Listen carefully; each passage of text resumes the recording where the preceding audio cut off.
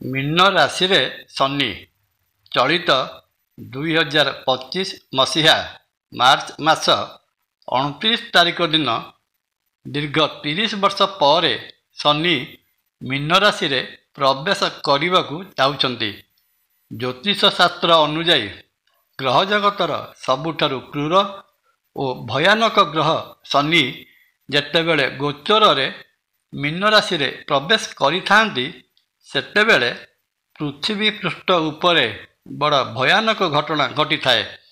ପ୍ରାକୃତିକ ବିପଦ, ରାଜନୈତିକ ସଙ୍କଟ, ଯୁଦ୍ଧର ବିଭୀଷିକା ଓ ମହାମାରୀ ଭଳି ଘଟଣା ଘଟି ବଡ଼ ଭୟଙ୍କର ପରିସ୍ଥିତି ସୃଷ୍ଟି ହୋଇଥାଏ। ଆଗକୁ ଜାଣିବା ନ୍ୟାୟ ଓ କର୍ମଫଳଦାତା ଶନିଦେବଙ୍କର ମୀନ ରାଶିରେ ପ୍ରବେଶ ପୃଥିବୀ ପୃଷ୍ଠ ଉପରେ କ'ଣ ସବୁ ଭୟାନକ ଘଟଣା ଘଟାଇଛି। ଜୟ ଜଗନ୍ନାଥ। ନମସ୍କାର, ମୁଁ ତପନ ଡାଇଜେଷ୍ଟକୁ ଆପଣଙ୍କୁ ସ୍ୱାଗତ। ପ୍ରଥମେ ଦେଖିବା 1937 ମସିହାରେ ଶନି ଯେତେବେଳେ ମୀନ ରାଶିରେ ପ୍ରବେଶ କରିଥିଲେ ସେତେବେଳେ ସମଗ୍ର ବିଶ୍ୱରେ ରାଜନୈତିକ ସ୍ଥିତି ବଡ଼ ସଙ୍କଟପୂର୍ଣ୍ଣ ସ୍ଥିତିରେ ପହଞ୍ଚି ଯାଇଥିଲା। ଘଟଣାକ୍ରମରେ ସମଗ୍ର ପୃଥିବୀ ଦୁଇ ଭାଗରେ ବାଣ୍ଟି ହୋଇଯାଇ ଦ୍ୱିତୀୟ ବିଶ୍ୱଯୁଦ୍ଧର ଅୟମାରମ୍ଭ ହୋଇଥିଲା ଏବଂ 1939 ମସିହାରେ ଆରମ୍ଭ ହୋଇଥିବା ଏହି ମହାଯୁଦ୍ଧ 1945 ମସିହା ପର୍ଯ୍ୟନ୍ତ ଚାଲୁ ରହିଥିଲା। ଏହି ଦ୍ୱିତୀୟ ବିଶ୍ୱଯୁଦ୍ଧରେ ପୃଥିବୀର ପ୍ରାୟ ସମସ୍ତ ଦେଶ ଆକ୍ରାନ୍ତ ହୋଇଥିବା ବେଳେ ବହୁତ ଦେଶ ଛାରଖାର ହୋଇଯାଇଥିଲେ। କୋଟି କୋଟି ଲୋକ ପ୍ରାଣ ହରାଇଥିଲେ ଏବଂ ଆହୁରି କୋଟି କୋଟି ଲୋକ ମଧ୍ୟ ସାରା ଜୀବନ ପାଇଁ ବିକଳାଙ୍ଗ ହୋଇ ରହିଯାଇଥିଲେ। ସମଗ୍ର ବିଶ୍ୱରେ ରାଜନୈତିକ, ଅର୍ଥନୈତିକ ଓ ସାମାଜିକ ବ୍ୟବସ୍ଥା ଭୁଷୁଡ଼ି ଯାଇଥିଲା। 1945 ମସିହାରେ ଜାପାନ ଉପରେ ଆମେରିକାର ଦୁଇଟି ପରମାଣୁ ବୋମା ହିରୋସୀମା ଓ ନାଗାସାକି ସହର ଉପରେ ନିକ୍ଷେପ କରିବାରେ ଦ୍ୱିତୀୟ ବିଶ୍ୱଯୁଦ୍ଧର ଶେଷ ବା ଅନ୍ତ ଘଟିଥିଲା।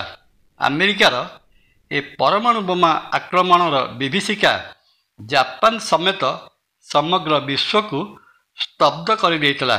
ଏପର୍ଯ୍ୟନ୍ତ ବି ପରମାଣୁ ବୋମାର ଭୟାବହତା ସମଗ୍ର ବିଶ୍ୱବାସୀଙ୍କ ମନରେ ଜୀବିତ ହୋଇ ରହିଛି।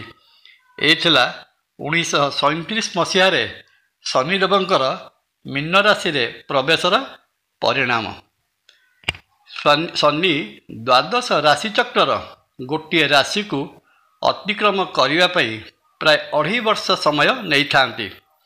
ଧୀର ବା ମନ୍ଥର ଗତିରେ ଗମନ କରୁଥିବାରୁ ଶନିଙ୍କର ଅନ୍ୟ ଏକ ନାମ ହେଲା ମନ୍ଦ। ପୁନଶ୍ଚ ଏହିପରି ଆଉ ଏକ ଘଟଣା ଘଟିଥିଲା। 1965 ମସିହାରେ ଶନି ଯେତେବେଳେ ଗୋଚରରେ ମୀନ ରାଶିରେ ପ୍ରବେଶ କଲେ ସେତେବେଳେ ଭାରତ ଓ ପାକିସ୍ତାନ ଦୁଇ ଦେଶ ମଧ୍ୟରେ ତିକ୍ତତା ବଢ଼ି ଏହା ଯୁଦ୍ଧରେ ପରିଣତ ହୋଇଥିଲା। 17 ଦିନ ଧରି ଚାଲିଥିବା ଏହି ଯୁଦ୍ଧରେ ଉଭୟ ଭାରତ ଓ ପାକିସ୍ତାନ ଭୟଙ୍କର ଭାବେ କ୍ଷତିଗ୍ରସ୍ତ ହୋଇଥିଲେ ଏବଂ ବହୁତ ଧନଜୀବନ ମଧ୍ୟ ନଷ୍ଟ ହୋଇଥିଲା। ଆହୁରି ମଧ୍ୟ ଏହି ସମୟରେ ଆମେରିକା ଭିଏତନାମ ଉପରେ ଆକ୍ରମଣ କରିଦେଇଥିଲା। ଦ୍ୱିତୀୟ ବିଶ୍ୱଯୁଦ୍ଧରେ ଯେତେ ବୋମା ବର୍ଷଣ ହୋଇଥିଲା ତାଠାରୁ ଆହୁରି ଅଧିକ ବୋମା ଭିଏତନାମ ଉପରେ ପକାଇ ମଧ୍ୟ ଆମେରିକା ଯୁଦ୍ଧରେ ଜିତିପାରି ନଥିଲା। ଏ ଥିଲା ମୀନ ରାଶିରେ ଶନିଙ୍କର ଗୋଚରର ଆଉ ଏକ ଚମତ୍କାରିତା। ଦ୍ୱାଦଶ ରାଶିଚକ୍ରକୁ ପରିଭ୍ରମଣ କରିବା ପାଇଁ ଶନି ପ୍ରାୟ 30 ବର୍ଷ ସମୟ ନେଇଥାନ୍ତି। ପୁନଶ୍ଚ 1995 ମସିହାରେ ଯେତେବେଳେ ମୀନ ରାଶିକୁ ଗୋଚରରେ ଶନି ଆସିଲେ ସେତେବେଳେ ଜାପାନରେ ଘଟିଥିଲା ଶତାବ୍ଦୀର ସବୁଠାରୁ ବଡ଼ ଭୟଙ୍କର ଭୂମିକମ୍ପ। ରିକ୍ଟର ସ୍କେଲରେ 7.2 ତୀବ୍ରତାର ଏହି ଭୂମିକମ୍ପରେ ଜାପାନର କୋବେ ସହର ଓ ତାର ଆଖପାଖ ଅଞ୍ଚଳ ସମ୍ପୂର୍ଣ୍ଣ ଛାରଖାର ହୋଇଯାଇଥିଲା। ପ୍ରାୟ 6,000 ଲୋକ ଏହି ଘଟଣାରେ ମୃତ୍ୟୁବରଣ କରିବା ସହିତ 30,000 ଲୋକ ଖଣ୍ଡିଆ ଖାବରା ହୋଇଯାଇଥିଲେ। ଜାପାନରେ ସେତେବେଳେ ଘଟିଥିବା ଏହି ଭୂମିକମ୍ପ ଘଟଣା ସମଗ୍ର ବିଶ୍ୱକୁ ହତବାକ୍ କରିଦେଇଥିଲା। ଏହି ଘଟଣା ମଧ୍ୟ ଥିଲା ମୀନ ରାଶି ଶନିଙ୍କର ଆଉ ଏକ ଚମତ୍କାର। ଚଳିତ 2025 ମସିହା ମାର୍ଚ୍ଚ ମାସ 29 ତାରିଖ ଦିନ ଶନି ପୁଣି ଥରେ ମୀନ ରାଶିରେ ପ୍ରବେଶ କରିବାକୁ ଯାଉଛନ୍ତି। ଶନି ମୀନ ରାଶିରେ ପ୍ରବେଶ କଲା ସମୟରେ ମୀନ ରାଶି ବା ମୀନ ଲଗ୍ନର ଅଧିପତି ବୃହସ୍ପତି ମୀନ ରାଶିର ତୃତୀୟ ଭାବ ବୃଷ ରାଶିରେ ଅବସ୍ଥାନ କରିଛନ୍ତି।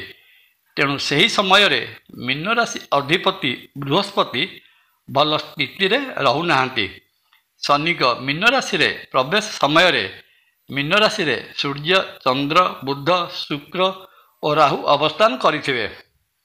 ତେଣୁ ମୀନ ରାଶିରେ 6ଟି ଯାକ ଗ୍ରହ ଏକତ୍ର ରହିବା ଷଡ଼ଗ୍ରହ କୂଟ ଭଳି ଭୟାନକ ଜ୍ୟୋତିଷୀୟ ଯୋଗ ସୃଷ୍ଟି କରୁଛି। ତା ସହିତ ଶନି ରାହୁ ଏକତ୍ର ରହିବା ପିଶାଚ ଯୋଗ, ଶନି ଚନ୍ଦ୍ର ବା ଶନି ରବି ଯୁକ୍ତରେ ବିଷାକ୍ତ ଯୋଗ ମଧ୍ୟ ନିର୍ମାଣ ହେଉଛି। ଏହାଛଡ଼ା ଏହି 2025 ମସିହା ମାର୍ଚ୍ଚ ମାସରେ 30 ତାରିଖରେ ଘଟିବାକୁ ଯାଉଛି ସୂର୍ଯ୍ୟ ଉପରାଗ ବା ସୂର୍ଯ୍ୟ ଗ୍ରହଣ ଭଳି ମହାଜାଗତିକ ଘଟଣା। ଏହିସବୁ ଗ୍ରହମାନଙ୍କର ଅବସ୍ଥାନରେ ମୀନ ରାଶିସ୍ଥ ଶନି ଦ୍ୱାଦଶ ରାଶିଚକ୍ର ଉପରେ କ'ଣ ପ୍ରଭାବ ପକାଇବାକୁ ଯାଉଛନ୍ତି ତାହା ଜାଣିବା ଆଗାମୀ ଅଧ୍ୟାୟମାନଙ୍କରେ। ଜୟ ଜଗନ୍ନାଥ। ଭିଡ଼ିଓ ଭଲ ଲାଗିଲେ ଲାଇକ୍, କମେଣ୍ଟ, ସବସ୍କ୍ରାଇବ୍ ଓ ସେୟାର କରିବା ପାଇଁ ଅନୁରୋଧ। ନମସ୍କାର। ତପନ।